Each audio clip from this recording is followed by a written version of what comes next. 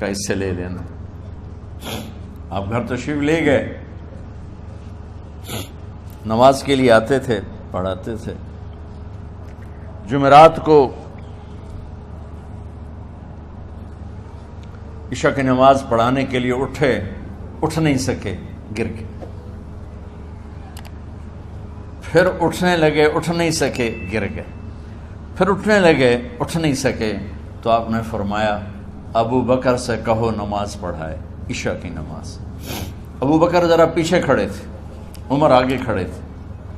تو لوگوں نے کہا نماز ہی پڑھاونی، کوئی پڑھا دے. تو انہوں نے حضرت عمر کو آگے کیا. انہوں نے کہا اللہ اکبر.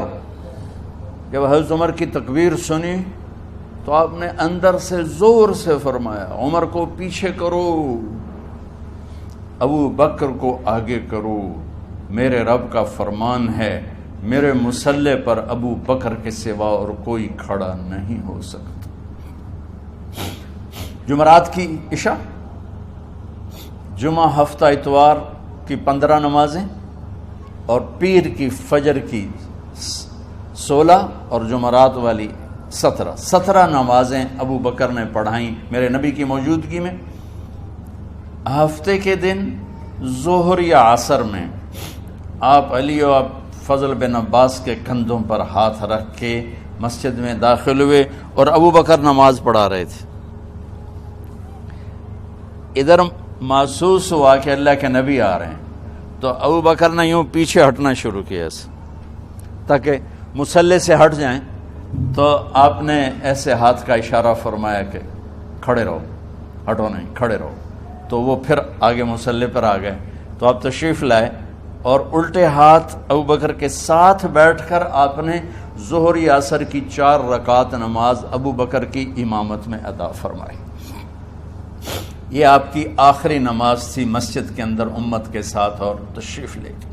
جمعہ کا دن تھا، جبریل آئے، یا رسول اللہ مجھے اللہ نے بھیجا ہے کہ جاؤ میرے محبوب کا حال پوچھ کے آؤ. اللہ اکبر. تو آپ درد اور بخار دونوں چیزیں تھیں، سر کا درد بھی ہیوی ویٹ تھا اور بخار بھی، تپش. تو آپ نے کہا جبریل تکلیف ہے، تکلیف میں. ہفتے کا دن پھر جبریل آئے، یا رسول اللہ مجھے اللہ نے بھیجا ہے کہ جاؤ میرے محبوب کا حال پوچھ کے آؤ. پھر آپ نے فرمایا تکلیف میں. اتوار کو پھر جبریل آئے، یا رسول اللہ نے بھیجا ہے کہ جاؤ میرے محبوب کا حال پوچھ کے آؤ. 12 ربیع الاول آ گئی، 632 عیسوی اور 11 ہجری. آپ کی طبیعت میں بشاشت آئی. تو صحابہ نماز پڑھ رہے تھے، آپ نے دروازہ کھول کے سب کو یوں دیکھا. تو حضرت انس فرماتے ہیں ہم سب نماز میں تھے، لیکن جب دروازہ کھلنے کی آواز آئی اور اللہ کے نبی کا چہرہ، تو ہم سب نماز میں یوں ہو گئے. نماز کے اندر ہی سارے اللہ کے نبی کو دیکھنا شروع کر دی، بھول ہی گئے کہ نماز پڑھ رہے ہیں، ایسے گم ہو گئے آپ میں. تو آپ نے جلدی سے دروازہ بند فرما دیا. یہ آپ کی آخری زیارت تھی اپنی امت کے لیے. اس کے بعد آپ اپنے اللہ کی طرف کا سفر شروع کیا. تو اشراق کے بعد آپ نے اپنے بیگمات کو بلایا، ان کو بتایا نہیں کہ میں آج جا رہا ہوں. سب سے ملے، سب کو الوداع کیا اور انہیں بھیجا. اس کے بعد آپ نے حضرت فاطمہ کو بلایا، جنت کی عورتوں کی سردار، سب سے زیادہ محبوب بیٹی، سب سے زیادہ جگر کا ٹکڑا، دل کا ٹکڑا کا، جس نے فاطمہ کو دکھ دیا مجھے دکھ دیا، جس نے اسے سکھ دیا مجھے سکھ دیا. ہاں، ان کو قریب کا، بیٹی قریب ہو. تو ان کے کان میں کہا میں جا رہا. وہ رونے لگی. تو ہم نے کہا رو نہیں، چند دنوں کے بعد تیری میری ملاقات ہو جائے گی سب سے پہلے. تو 6 ماہ بعد حضرت فاطمہ کا بھی 24 سال کی عمر میں یا 25 سال کی عمر میں انتقال ہو گیا. ان کو رخصت فرمایا.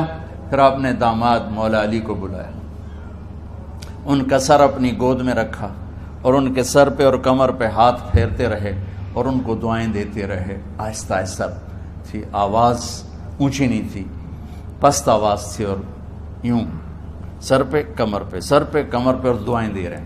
ان کو رخصت فرمایا. آخر میں اپنے جگر کے ٹکڑے حسن اور حسین کو بلایا. ایک آپ کو حدیث سناتا، میرے نبی نے فرمایا اپنے بچوں کو عزت دیا کرو، اکرموا اولادکم، خاص طور پہ ان ماؤں سے کہتا ہوں کہ جب ہم بچوں سے عزت چھین لیتے ہیں، ان سے ہم سب کچھ چھین لیتے ہیں۔ پڑھے نہیں ہو، اسکول نہیں گئے ہو، ٹیوشن نہیں پڑھی ہے، ہوم ورک نہیں کیا ہے، یہ کیوں کھایا، یہ کیوں پہنا، اس پر جب ماں اور باپ بچے کو ذلیل کرتے ہیں تو آپ یاد رکھیں آپ ان کے دلوں میں اپنے لیے نفرت بھر رہے ہیں۔ میرے نبی نے فرمایا بچوں کو عزت دو، اولاد کو عزت دو، وہ عزت تمہیں واپس کریں گے جب تمہیں ضرورت ہوگی، جب تم ان کے محتاج بنو گے تو پھر وہ عزت تمہیں واپس ملے گی۔ اگر ڈانٹ ڈپٹ تربیت کے نام پر